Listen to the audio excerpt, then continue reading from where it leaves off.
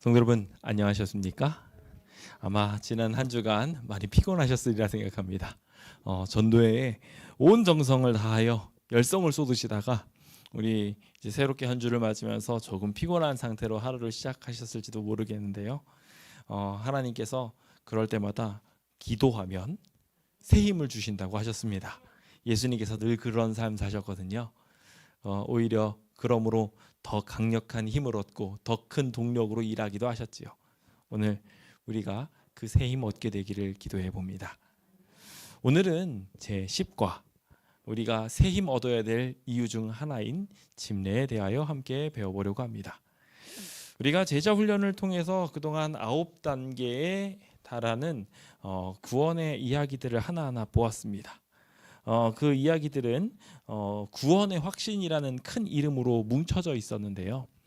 우리가 구원을 받는 부분에서 확신을 갖게 되는 여러 가지 단계들을 그동안 아주 자세히 잘 설명받았으리라 생각이 되어집니다. 그런 모든 단계들을 하나하나 공부하시면서 우리는 최종적 결론인 10과에 도달하게 되는데요. 우리가 침례라는 어떻게 보면 구원의 표에 도달하게 되었다고 볼 수 있습니다. 그동안 어떻게 구원을 받는지나 구원이 무엇인지에 대한 구원의 필요성 등에 대해서 쫙 열거해서 배웠다면 결과적으로 이 사람은 구원을 받았냐 안 받았냐 라는 부분에 굉장히 중요한 역할을 하는 예식인 침례까지 이어져 오며 우리는 이 침례라는 이야기를 통하여 이 구원의 확신 파트의 마지막 부분을 함께 공부하게 되는 것입니다. 그런 의미에서 이 침례는 이 구원의 확신 파트의 결론 부분이자 가장 중요한 이야기라고도 할 수 있을 것 같습니다. 제가 이번에 전도회를 열심히 한 부분에 대해서 우리 하나님께 감사드리면서 교회 소식란에 그러니까 교회 지남에 나오는 거에 저희 전도회 소식을 올리려고 열심히 타이핑을 하고 올리려고 딱 보니까 제한에 걸리더라고요. 왜 제한에 걸렸지? 하고 깜짝 놀라가지고 보니까요. 침례식이 없는 전도회는 보고 대상에서 빠집니다 라고 되어 있는 거예요. 제가 그걸 보고서 한참 어이없어서 가만히 쳐다보고 있다가 그러다가 그렇구나 내가 마침표를 못 찍었구나 이런 생각을 하게 됐습니다. 사실 저는 전도 자체에 아주 큰 의미가 있다고 생각됩니다. 전도하는 것 자체로도 우리의 믿음이 더욱 성장하고 우리가 하나님의 뜻대로 성장하는 데 있어서 굉장히 중요한 길들을 배울 수 있기 때문이죠. 전도하는 것 자체로 우리 스스로가 구원에 더 가까워집니다. 근데 문제는 주님께서 우리에게 명령하시면서 침례를 주도록 하셨습니다. 가르쳐 지키게 하라까지만 한 게 아니라 침례를 주도록 하셨어요. 가르치는 것으로 끝이 아니라 그들을 침례 줘서 주님 백성으로 거듭나게 하셨다는 겁니다. 그러니까 한마디로 그림을 멋지게 그려놓고 마지막에 가장 중요한 부분을 그리지 않은 거예요. 그게 침례를 주지 않은 상태라고 볼 수 있습니다. 저희가 지난 전도회 때 많은 구도자들이 있었습니다. 그런데 그 구도자들이 침례까지 이어지지 않는다면 우리의 지난 노력들이 허사가 되어버리는 것입니다. 그래서 굉장히 중요한 것은 이제부터인 것 같습니다. 예전에는 전도회가 거두는 시간이었습니다. 그래서 예전에는 전도회를 하고 나면 전도회 마지막 날에 막 사람들을 침례를 줬습니다. 근데 이제는 일상 선교가 조금 무뎌진 시대가 되어져 버렸다 보니 전도회를 통해서 선교를 하게 됩니다. 그래서 그제서야 구도자를 얻고 그들을 가르쳐서 침례를 주게 되는 현상들이 많은 교회에서 일어나고 있고 저희 교회도 비슷한 현상들이 좀 있습니다. 그러다 보니 우리가 해야 될 굉장히 중요한 것은 그들을 침례 결심시키는 겁니다. 예전과 또 달라진 게 있다면 예전에는 전도회 집회를 막 진행하고 난 다음에 하나님을 개인의 구주로 영접하실 분들은 와서 침례를 받으십시오. 일어나십시오라고 얘기하면 사람들 벌떡벌떡 일어나고요. 앞으로 나오시겠습니다. 제가 축복 기도해드리겠습니다. 막 나옵니다. 하고 그 자리에서 바로 침례를 줬습니다. 예전엔 그랬어요. 그런 식으로 침례를 막 주며 사람들이 금방금방 받았는데 요즘에는 오늘 개인의 구주로 영접하신 분 계십니까? 하면 다들 눈치만 봅니다. 아무도 안 일어나요. 그런 분위기가 되어버렸어요. 오히려 1대1로 성경 공부를 하면서 열심히 설득해가지고 침례를 받으십시오 라고 이야기하면 조금 있다가 받겠습니다. 조금 더 세게 말하면 교회를 안 나와버려요. 그런 게 지금 현재 시대가 되어버렸습니다. 그러다 보니 침례 주기가 굉장히 어려운 시대가 됐습니다. 특히 저희 광명교회 그걸 많이 느꼈습니다. 그래서 지금 제가 기억하는 가장 오래된 구도자 중에 한 명은 거의 10년이 다 돼가시는 분들도 있습니다. 제가 11년을 목회하고 있는데 말입니다. 제가 이걸 곰곰이 생각을 해보면 우리가 침례를 전달하고 침례를 결심시키는 일이 굉장히 중요하구나라는 것을 새삼스럽게 배우게 됩니다. 우리는 지금 제자 훈련을 하고 있습니다. 상대방을 주님께로 이끌어가는 과정들을 배우고 있죠. 그렇다면 침례에 대해서 가르치고 침례를 결심시키는 것도 우리가 배워야 될 부분 중에 하나일 것입니다. 지금부터 그럼 그 침례에 대한 이야기들을 함께 배워보도록 하겠습니다. 자, 이제 교재를 펼치시고 함께 보시면 되는데요. 제10과 침례에 대한 이야기입니다. 제가 이 침례에 대해서 정리를 하면서 이렇게 정리를 해보았습니다. 믿음의 증명과 구원의 길이 바로 침례라고요. 내가 믿음에 대해서 주님 앞에 자기 증명을 하는 게 침례입니다. 나는 하나님의 백성입니다. 나 하나님의 백성으로 살고 싶습니다. 난 하나님의 말씀 따를 겁니다. 라고 정식으로 인증받게 되는 게 침례라는 거예요. 그래야 구원을 받습니다. 근데 문제는 자기 증명을 하지 않고 양쪽 쪽에다가 다리를 다 걸쳐놓고 살려고 하시는 분들이 생각보다 많습니다. 언제든지 불리한 때면 세상으로 돌아가려고, 혹은 세상이 좀 불리한 것 같으면 언제든 다리 떼고 교회로 돌아오려고 양쪽에다 발을 걸치고 신앙을 하는 경우가 많아요. 그럴 때 하나님의 백성들을 구별하는 방법 중에 하나가 바로 침례라는 것입니다. 이 백성이 하나님의 백성으로 결단하고 살았느냐 그렇지 않았느냐에 대한 판가름이 이 침례로 결정된다는 것입니다. 오늘 이 사실이 얼마나 중요한지 다시 한번 깨닫게 되었으면 좋겠습니다. 저는 오늘 이 내용을 정리하여 여러분들한테 메시지를 보내드리면서 믿음은 표현함으로 가치를 가집니다. 더 나아가 믿음이 굉장히 중요한 것은 또 다른 믿음을 불러오기 때문이다라고 이야기했습니다. 그러니까 우리의 믿음이 결과적으로 표현되어져야 되는데 이 믿음이 표현되는 게 침례라는 것입니다. 그리고 그 표현되는 게 계속 되게 되면 다른 사람에게도 똑같이 이 표현이 전달되어져서 그들도 믿게 돼요. 즉 우리가 믿음으로 구원을 받는데 이 믿음이라는 중요한 속성에는 너무나도 자연스럽게 다른 사람에게 자신의 믿음을 증거하는 일이 있고요. 그리고 상대방도 믿게 하여서 그 믿음의 징표로 들어오게 하는 힘이 있다는 거예요.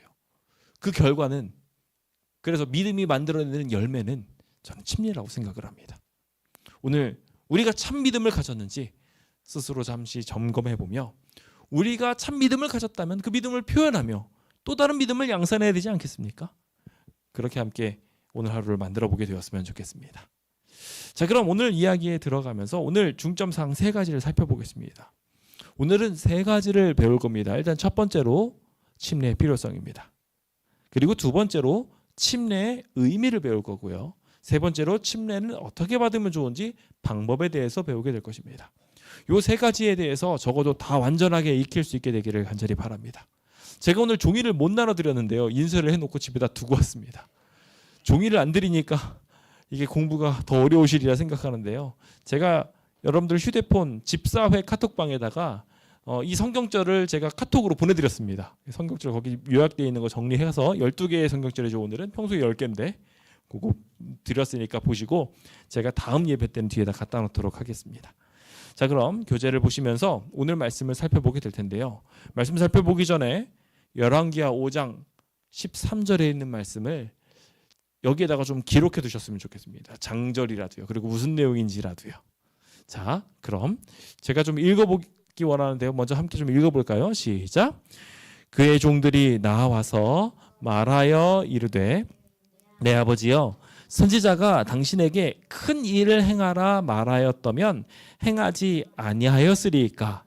하물며 당신에게 이르기를 씻어 깨끗하게 하라 함이니까 하니. 무슨 내용인 것 같으십니까? 그렇죠. 나하만 장군 얘기예요. 나하만 장군이 요단강에서 씻으라는 이야기에 화가 나가지고 안 씻으려고 하니까요. 그때 종이 한 말이에요. 오늘 우리는 이거 가지고 상대방한테 침례를 전해주어야 합니다. 당신 구원받고 싶으신가요? 라고 물으시면서 당신도 구원받고 싶으시다면 더 큰 일이라도 하나님이 요구하셨다면 아마 하지 않으셨겠습니까? 하물며 물에 잠깐 들어갔다 나오는 건데 그것도 못 하십니까? 하나님 진짜 사랑하신다면, 진짜 구원받기 원하신다면 침례 받으십시오. 제가 요즘에 쓰고 있는 것 중에 하나입니다. 여기 성경책, 여기 교재에는 없길래 좀 넣어놨는데요.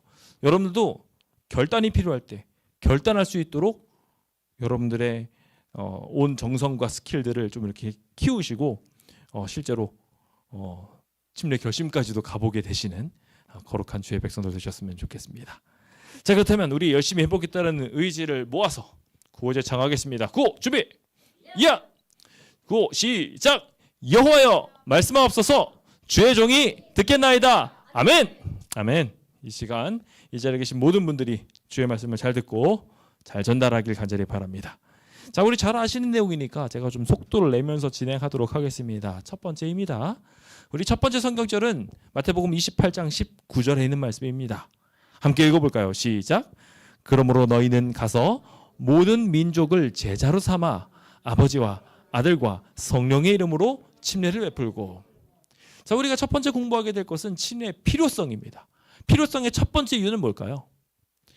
우리가 음식물에 대한 이야기를 배우면서도 동일합니다. 음식물을 왜 가려서 먹어야 되나요? 라는 이야기에 우리가 건강해지니까라는 이야기는 이유 두 번째입니다. 하나님께서 우리 몸 정결하게 하라고 한 것도 분명히 중요한 목적 중에 하나지만 첫 번째 이유는요, 하나님이 그렇게 하라고 했어요. 명령이기 때문에 그래요. 침례도 마찬가지입니다. 침례를 받아서 우리가 구원받는 것도 중요하지만 그것보다 더 중요한 이유가 있어요. 바로 하나님의 명령이기 때문에 그래요. 예수님께서 그것도 심지어 마지막에 제자들한테 마지막에 부탁한 거예요. 야, 청개구리도 마지막에 엄마가 한 말은 지켰단 말이에요. 그렇죠? 우리가 청개구리기만도 못하면 안 되지 않겠습니까? 우리 하나님 예수님께서 마지막으로 부탁한 이야기 지켜야 될 것입니다. 침례 주라고 한 이 명령을 우리 모두 분명한 명령으로 받게 되길 간절히 바랍니다. 그래서 우리가 침례를 받는 것, 내 스스로가 침례를 받는 것도 중요하지만 주님께서는 그냥 받으라라고 말씀하지 않으시고 침례를 주라고 말씀하셨어요. 이것도 명령이에요. 그렇죠?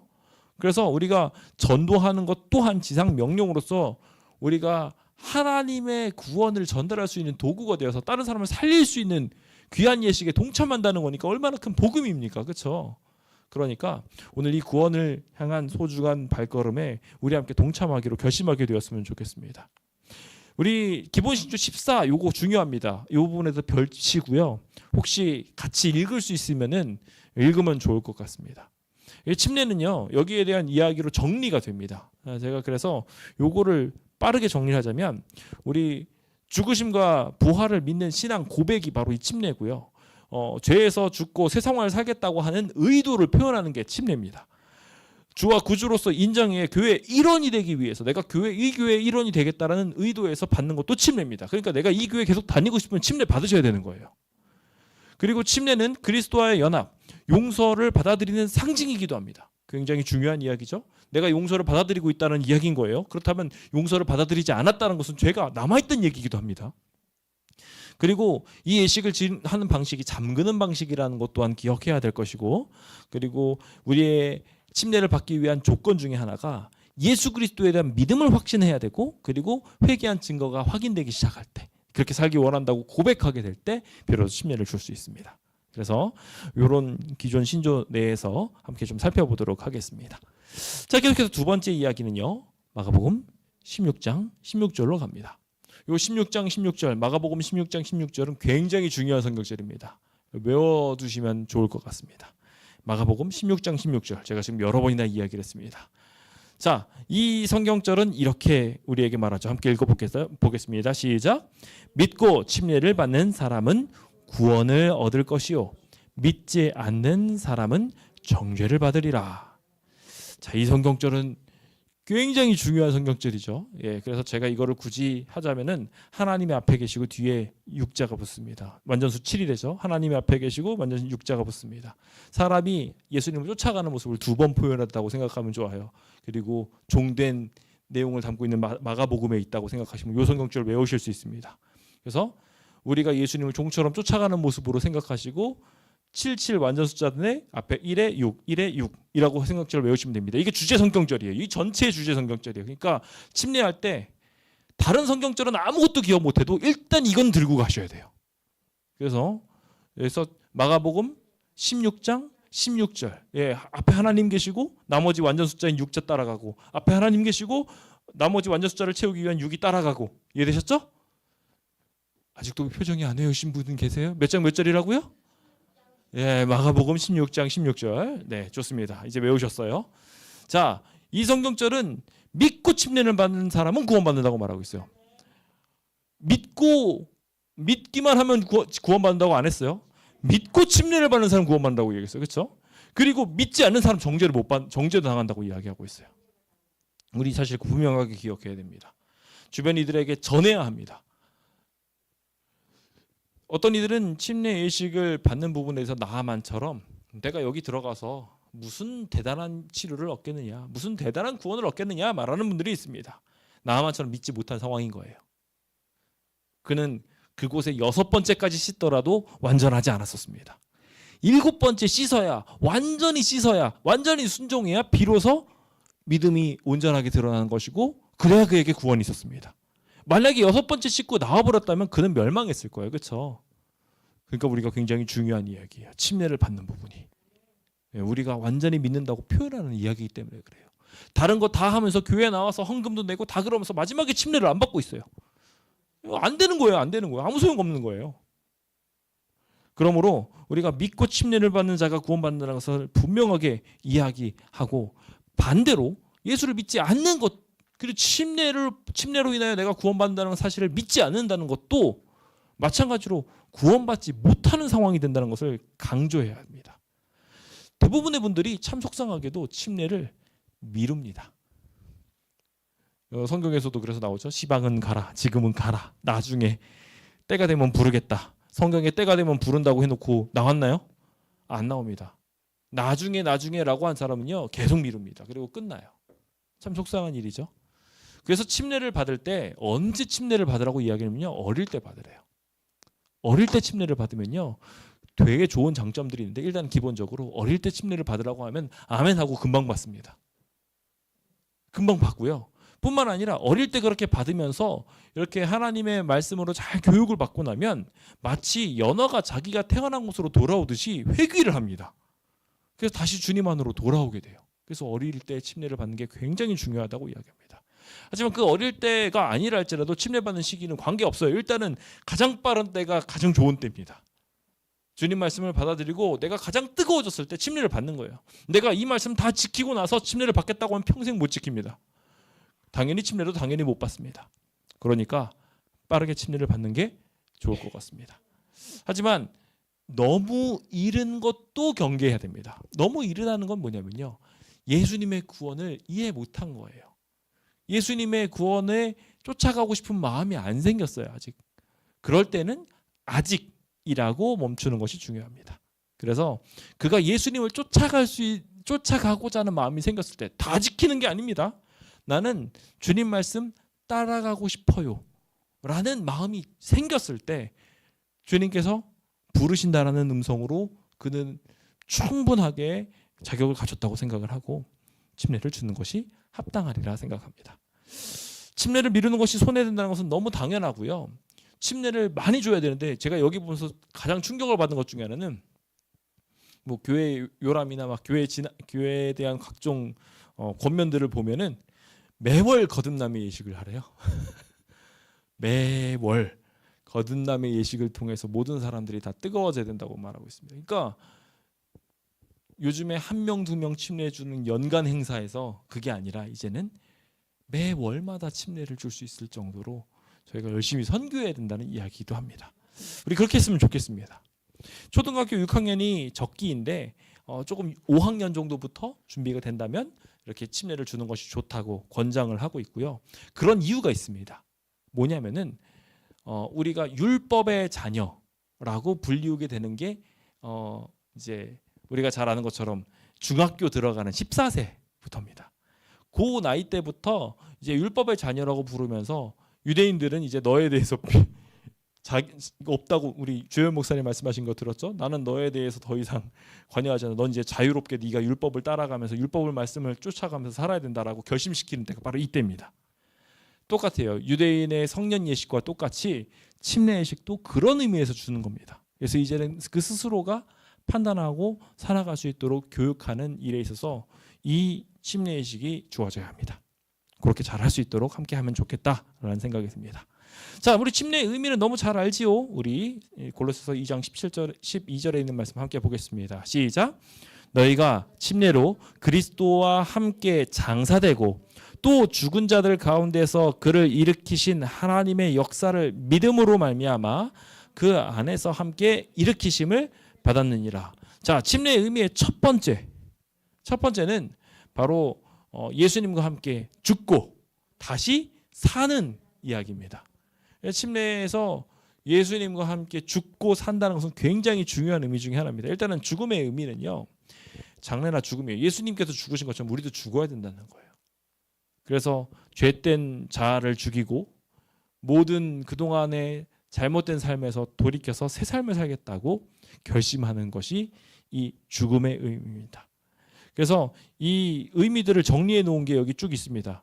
이 의미를 보면 일단은 죄에 대해서 죽고 그리스도와 함께 부활하는 것이라고 이야기했고요. 5대 의미 중에 또 입학, 이제는 하늘을 향해서 새로운 출발로 입학하는 거고, 죄에 대해서는 졸업하는 거고요. 그리고 하나님의 자녀로 출생하는 거기도 하고, 또 하나님과 하나가 돼서 하나님과 결혼해서 하나님과 한 가족이 되는 이야기이기도 합니다. 사실 그런 식으로 치면 되게 많습니다. 입양도 있고요. 그렇죠? 하나님의 자녀가 되는 거니까요. 그런 등등의 이야기들이 포함된다는 것도 알고 있어야 될 것 같고요. 이 계제에서는 중요한 부활에 대한 이야기를 다음 파트에서 다룹니다. 그래서 침례의 의미에 대해서 4번 파트에 조금 더 상세하게 이야기를 하는데 성경절이 제법 깁니다. 이 긴 성경절이지만 함께 좀 읽어보기 원합니다. 길더라도 같이 읽어보는 게 중요할 것 같아요. 책자가 잘 안 보이시면 책자를 참조하세요. 같이 읽어보겠습니다. 시작. 무릇 그리스도 예수와 합하여 침례를 받은 우리는 그의 죽으심과 합하여 침례를 받은 줄을 알지 못하느냐. 그러므로 우리가 그의 죽으심과 합하여 침례를 받음으로 그와 함께 장사되었나니 이는 아버지의 영광으로 말미암아 그리스도를 죽은 자 가운데서 살리심과 같이 우리로 또한 새 생명 가운데에서 행하게 하려 함이라. 만일 우리가 그의 죽으심과 같은 모양으로 연합한 자가 되었으면 또한 그의 부활과 같은 모양으로 연합한 자도 되리라. 아멘. 자, 죽음에 대한 이야기를 아까 다루었다면 이번에 죽음, 거기 부활 이야기도 동시에 나왔지만 여기에서는 조금 더 강조하는 게 이제 우리가 예수님의 죽으심을 똑같이 모본 받아서 같이 죽게 되면 예수님이 살아나신 것처럼 우리도 부활한다는 이야기인 겁니다. 굉장히 중요한 이야기죠. 그래서 죽음과 합하여 죽어야 돼요. 그냥 죽는 건 아무 의미 없어요. 예수님처럼 죽어야 돼요. 예수님의 죽음과 같이 죽어야 돼요. 근데 우리가 예수님의 모습, 예수님의 모본을 똑같이 따라가면 죽을 수는 없단 말이에요. 그러니까 어떻게 하냐면 예수님의 이름으로 죽어야 돼요. 그래서 그 방법이 뭐냐? 침례라는 거예요. 우리가 막 스스로 목숨을 막 불사르게 태워준다 할지라도 그 안에 사랑이 없으면 아무 의미가 없다고 했잖아요. 예수님이 없으면 아무 의미가 없는 거예요. 예수님의 방법이 아니면 아무 소용이 없는 거죠. 거듭남의 방법에 있어서도 예수님의 방법대로 우리가 죽음을 맞이해야 됩니다. 예수님은 중요한 모본을 보여주셔서 침례라는 모본을 통해서 그의 공생애를 시작하시면서 그 모본을 세워주셨고, 오늘 우리도 그의 죽으심과 합하기 위해, 그분의 사역에 동참하기 위해 똑같은 길로 갈 필요가 있습니다. 그러면 예수님이 부활시켜 주신 것처럼 우리도 부활하게 될 것이라는 것입니다. 그 사실을 반드시 기억하게 되셨으면 좋겠습니다.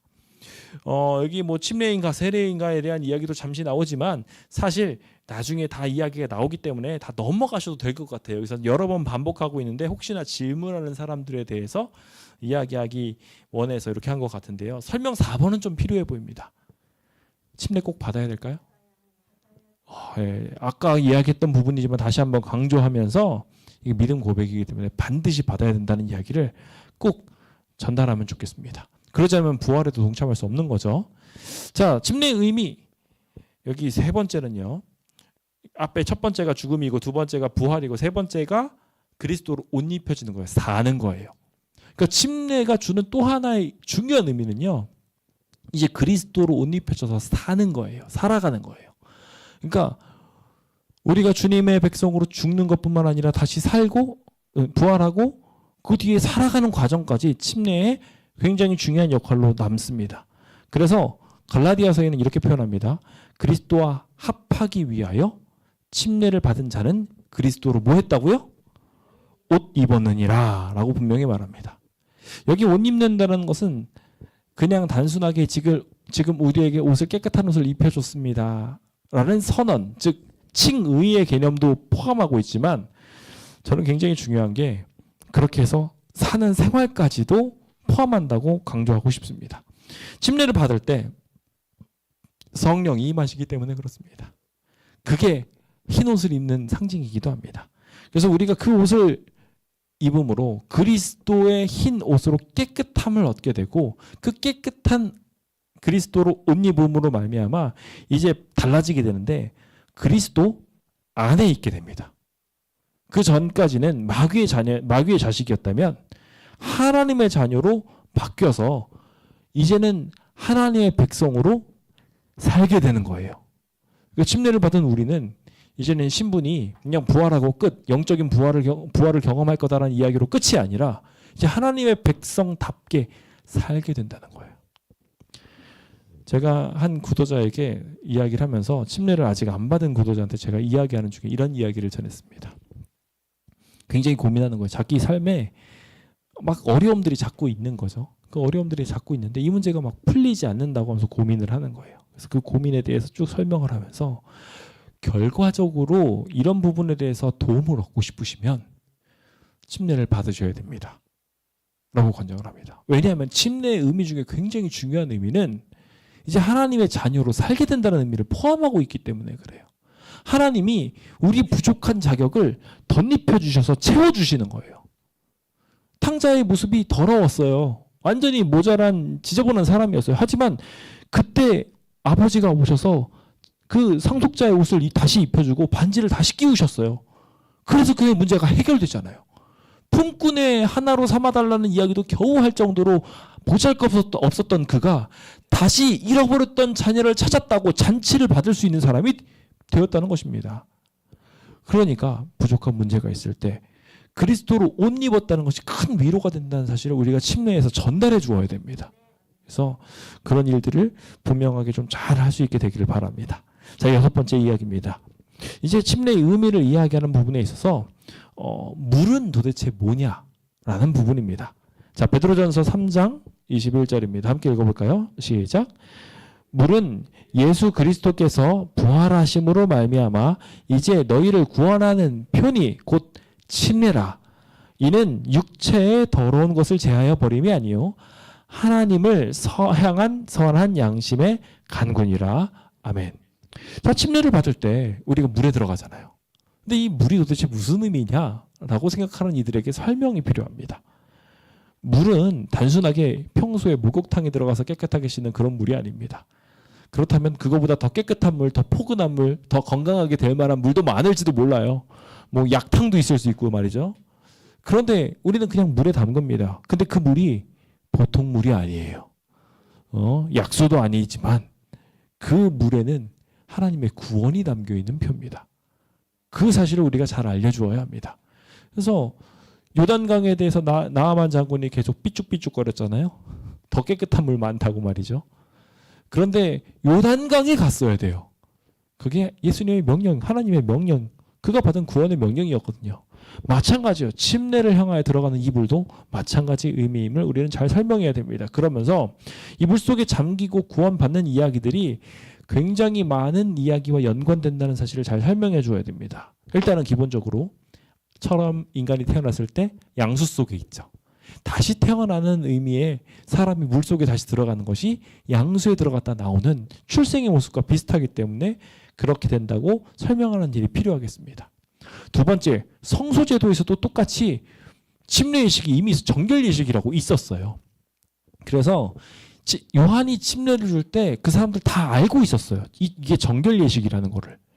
그래서 침례예식이 옛날부터 원래부터 있었던 성소에 들어가기 위해 이스라엘 백성이 했던 예식 중에 굉장히 중요한 예식 중에 하나입니다. 그 예식으로 거듭나도록 이제 권장을 하였고 그것이 후에 할례를 대신한 이스라엘 하나님의 백성들이 거듭나게 되는 중요한 예식으로 자리 잡게 된 것이죠. 그래서 이 물과 정결이 속죄를 상징하듯이 똑같이 침례를 받을 때도 그런 의미가 포함된다는 것을 기억해야 됩니다. 그렇게 된 이야기들이 이제 침례가 이 이야기를 설명하면서 홍수시에 겪었던 노아 이야기까지 포함했어요. 이거는 창세기에 계속 등장하는 이야기인데요. 우리 창세기 처음에도 지구가 물에 덮여 있죠. 수중 위에 예수님께서 수면 위에 딱 걸으시죠. 그것이 묻히 드러나라고 하면서 바뀌게 되잖아요. 그런 일들이 홍수 시대도 똑같이 반복적으로 일어납니다.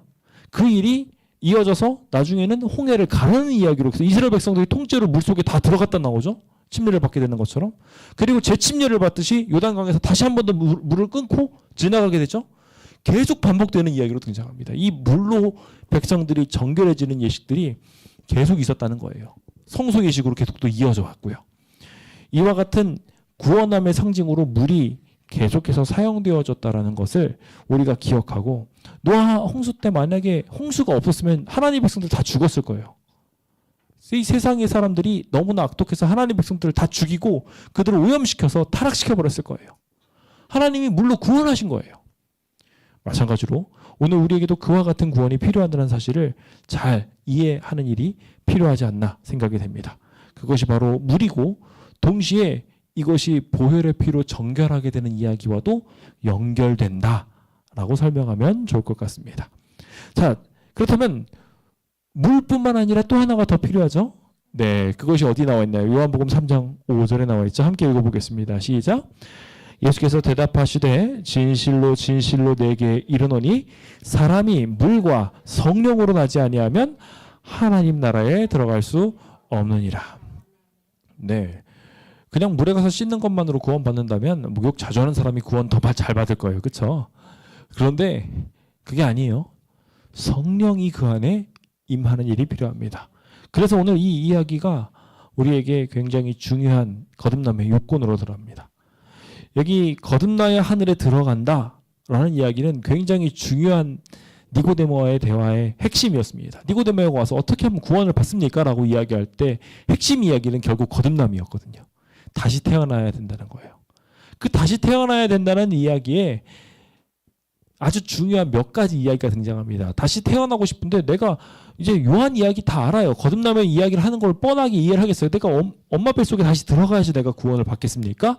라고 이야기한 거예요. 니고데모가 침례에 대해서 이해를 못했던 게 아니에요. 다 알았어요. 근데 내가 여기서 더 어떻게 깨끗해질 수 있겠습니까? 라고 이야기한 거죠. 그는 수도 없이 정결 예식을 했던 사람 중에 하나였습니다.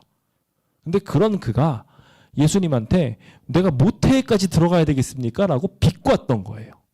그럴 때 예수님께서 하신 것은 거듭남에 대해서 제대로 설명하기 위해서 물뿐만 아니라 그냥 의식적 예식뿐만 아니라 성령으로 거듭나야 된다고, 성령으로 침례를 받아야 된다고 이야기했어요. 실제로 예수님의 이야기 중에 요한은 물로 침례를 주시면 예수님께서는 성령으로 침례를 줄 거다라는 이야기를 하면서 그 예수님의 침례에 대한 이해가 달라지는 것을 보게 됩니다. 그리고 실제로 초기 재림교회 침례를 제대로 받았냐 안 받았냐의 가장 핵심 키워드는 뭐였냐면요, 당신 성령을 받았습니까 안 받았습니까예요. 그래가지고요, 뭐 사마리아에 침례를 주는데 사마리아의 사람들이 침례를 받았는데 성령을 못 받는 걸 보고 베드로를 불러옵니다. 그래서 그에게 다시 어떻게 했더니 다시 침례를 받게 되는 이야기, 성령이 오게 되는 이야기도 나옵니다. 그리고 요한의 침례를 받았던 이들이 예수의 이름으로 다시 침례를 받고 그들도 성령을 받게 되는 이야기도 나옵니다. 그러니까 침례를 받고 나서 굉장히 중요한 한 가지 변화가 일어나게 되는데 성령을 받게 되는 일이에요. 성령을 받게 되는 일에 대해서 물론 성령의 증거처럼 이른비 성령의 이야기와 같이 성령의 은사가 발현되는 경우들도 있습니다. 그런데 현대사회에서는 우리가 이미 공부한 바와 같이 이른비 성령뿐만 아니라 늦은비 성령이 있게 되는데 그 사이에는 성령 하나님께서 기적으로 일하지 않으십니다. 기적으로 일하시게 되셨을 때 사단이 그것을 활용할 수 있고 인간이 교만해질 수 있기 때문이라고 제가 설명드린 적이 있어요. 그래서 하나님께서 그렇게 역사하시지 않으시지만 굉장히 중요한 성령이 하시는 일이 있어요. 뭐냐면 내가 하나님 뜻대로 살고 싶다. 그게 가장 강력한 성령이 하시는 일이에요. 그 증거가 드러나는 것이 이 거듭남의 가장 큰 핵심이라는 거예요. 그 일을 하나님께서 도와주셔요. 그 기적을 오늘 우리가 함께 좀 공부하고 배우고 익히게 됐으면 좋겠습니다. 그래서 우리가 아까도 보았다시피 물은 주님께서 씻어주시는 거예요. 그런데 성령은요, 은혜를 받아들이고 죄가 용서가 되고 성령의 역사로 우리의 마음이 점령되어져서 예수 안에서 사는 삶을 사는 거예요. 예수님 안에서 진짜 말 그대로 순종하면서 주님 말씀대로 사는 일들을, 그래서 죄를 미워하게 되고 하나님을 따라가게 되는 기적이 일어나게 되는 게 바로 이 성령의 이야기인 것입니다. 우리 그 사실을 분명하게 전하고 동시에 우리도 이런 삶 살게 되기를 함께 기도하면 좋을 것 같습니다. 자, 이제 이렇게 해서 침례의 의미까지 살폈는데요. 그 다음 이야기는 방법입니다. 그렇다면 나는 세례를 받아서 말이죠 하면서 거절하는 분들이 계시단 말이에요. 그런 분들한테 침례의 방법을 알려줘야 되겠죠. 우리 4장 5절, 에베소서 4장 5절입니다. 함께 읽어볼까요? 시작. 주도 한 분이시요 믿음도 하나요 침례도 하나요. 야, 거듭남의 예식도요 하나입니다. 이거 잘 알려줘야 돼요. 세례로도 괜찮고 침례로도 괜찮다. 아니에요.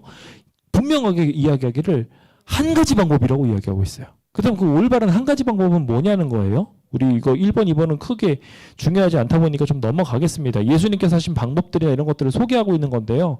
우리가 다음 걸 먼저 보고서 나오는 게 사실은 나아요. 자, 침례를 받을 때 어떻게 되냐면은 아버지와 아들과 성령의 이름으로 침례를 받아야 돼요. 침례를 받을 때 방식이에요. 굉장히 중요해요. 그냥 아무 이름이나 갖다 대서 침례 받는 게 아니에요. 삼위일체 하나님의 이름으로 침례를 받아야 돼요. 그래서 같이 읽어볼까요? 시작. 그러므로 너희는 가서 모든 민족을 제자로 삼아 아버지와 아들과 성령의 이름으로 침례를 베풀고, 대사명에서 이렇게 강조하셨어요. 분명하게 이 세 분의 이름을 쓰라고요.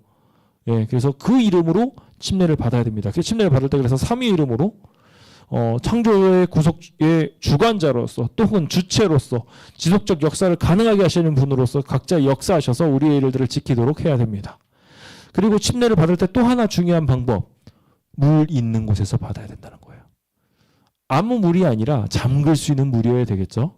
우리 사도행전 8장 36절입니다. 같이 읽어볼까요? 시작. 길 가다가 물 있는 곳에 이르러 그 내시가 말하되 보라 물이 있으니 내가 침례를 받음에 무슨 거리낌이 있느냐. 우리가 잘 알고 있는 에티오피아 내시에 대한 이야기입니다. 그가 빌립 집사를 만나고 나서 아주 단기간 속성으로 성경 공부를 받습니다. 그리고 난 다음에 가면서 물이 저기 있는데 침례라는 예식을 받아야 된다고 들었는데 내가 혹시 부족한 게 있습니까? 라고 물은 것입니다. 다른 거는 필요 없었어요. 그가 뭐 더 증거를 드러내고 뭐 안식에 가서 예배를 드리고 헌금을 어떻게 드리고 이런 거 다 필요 없었어요. 할례를 받는 거 다 필요 없었어요. 그런데 뭔 필요했어요? 물은 필요했어요. 침례를 받는 데 있어서 굉장히 중요한 물이었다는 거예요. 예수님 당시에는요 대부분의 사람들이 담버릇이었습니다. 그런데 만약에 세례가 옳다면 그 담버릇을 적실 필요가 있습니까? 없어요. 연제나 사막을 여행할 때 물은 필수품이에요. 그럼 물 그거 가지고 그냥 부으면 돼요. 근데 굳이 물이 있는 데를 찾아갔어요. 이제 이게 있으니까 내가 거리낌이 있습니까? 라고 물었다는 거예요. 그래서 몸을 잠글 만한 물이 없으니까 계속 못하고 있다가 물을 만나니까 비로소 했어요. 그렇죠? 침례 예식은 분명하게 물에 들어가야 되는 예식이라는 것입니다. 그래서 그 예식이 우리에게 굉장히 중요한 것이라는 것을 꼭 기억해야 될 것 같습니다. 그리고 우리가 침례를 받을 때 그리스도의 모본을 기억할 필요가 있습니다. 예수님께서 침례 받을 때 어떤 일이 일어났을까요? 자, 마태복음 3장 16절입니다. 같이 읽겠습니다. 시작. 예수께서 침례를 받으시고 곧 물에서 올라오실새 하늘이 열리고 하나님의 성령이 비둘기같이 내려 자기 위에 임하심을 보시더니, 자, 일단은 기본적으로 물에서 올라오셨어요. 예수님께서는 물에 들어가셨다가 올라오셨어요. 물에 들어가서 계속 들어가 계신 게 아니라 다시 올라오셨어요. 네, 그렇게 해서 예수님 그렇게 올라오시는데 올라오실 때 굉장히 중요한 한 가지가 있죠. 그렇죠. 하늘에서부터 음성이 있었어요. 이는 내 사랑하는 아들이요 내 기뻐하는 자다라고 인정함을 받았어요. 예수님께서는 예수님의 모범을 따라서 그 길을 가셨습니다. 하나님의 자녀처럼, 하나님의 아들처럼 사셨어요. 그래서 예수님의 모본을 따르자라고 여기 정리되고 끝났는데 제가 회색으로 표시된 건 제가 첨가한 거라고 표현했죠. 자, 여기 회색은요, 저는 그래서 이렇게 기록했습니다. 예수님도 침례를 받으시고 나서 구원받았으니까 땡 하고 끝나지 않으시고요. 그 다음부터 뭐 하셨어요? 공생을 해서 제자 삼으시고 그들을 가르치시고 계속해서 그들 구원받도록 또 침례를 그들이 주도록 계속해서 가르치셨어요. 그렇죠? 우리도 마찬가지로 침례를 받고 난 다음에 예수님의 모본대로 살아서 그리스도의 의를 이루는 일들 이루어야 합니다. 하나님께서는 그러기 위해서 이는 내 사랑하는 아들이요 내 기뻐하는 자라고 신적인 능력을 부여하신 겁니다. 아셨죠? 그러니까 침례 제대로 된 방법은 예수님의 모본을 쫓아서 마지막에 침례를 끝나고 난 다음에는 당신도 예수님처럼 사셔야 됩니다. 라고 고백하고 고백받는 일이 필요하다는 겁니다. 공생에 사셔야 되는 거예요. 같이. 자, 마지막 12번입니다. 구스 4시에 침례에 이르러서 물에 완전히 잠궜다 내려오는 이야기들을 다시 한번 정리하고 있습니다. 이거는 같이 좀 빨리 읽겠습니다. 시작. 이에 명하여 수레를 멈추고 빌립과 내시가 둘 다 물에 내려가 빌립이 침례를 베풀고 둘이 물에서 올라올새 주의 영이 빌립을 이끌어간지라 내시는 기쁘게 길을 가므로 그를 다시 못하니라. 자, 여기 이 내용들이 다 정리되어 있어요. 오늘 그 내용들이 다 정리되어 있어요. 침례 받는 방법에 대해서. 그래서 빌립은 하나님의 성령이 일하라는 대로 다시 또 그냥 흩어져서 갔어요. 자기는 다른 길로 갔어요. 내시도 마찬가지로 자기 위치에서 자기의 일을 하나님의 명령대로 쫓아서 살았단 말이에요. 이게 우리가 필요한 이야기입니다. 그래서 물에 내려가는 일도 침례의 온전한 방법을 표현하는 것뿐만 아니라 우리가 침례를 받고 난 다음에 침례의 열매를 맺으면서 그리스도를 위해서 사는 삶, 그리스도가 이끄는 대로 가는 삶을 살아야 한다는 것입니다. 오늘 그렇게 해서 세상에서 하나님의 백성들을 구원해내는 일들이 우리에게 사명이 되어간 것이지요. 저는 이제 말씀을 마무리 지으면서 이 중요한 침례가 결국 하나님처럼 살게 만든다는 사실을 강조드리고 싶습니다. 예수님이 어떻게 사셨는지를 우리는 결국 침례를 받음으로 시작하는 겁니다. 예수님의 이야기가 성경에 조금 어린 이야기가 잠깐 기록되어 있지만 복음서에 기록되어 있는 이야기들의 대부분 어디에 나와 있나요? 예수님이 침례를 받고 난 뒤 공생의 이야기를 기록하고 있어요. 우리가 침례를 받는 일은 바로 그 중요한 성경이 주목하는 이 시대로 들어가는 거예요. 침례를 받지 않으면 그 일은 시작되지 않아요.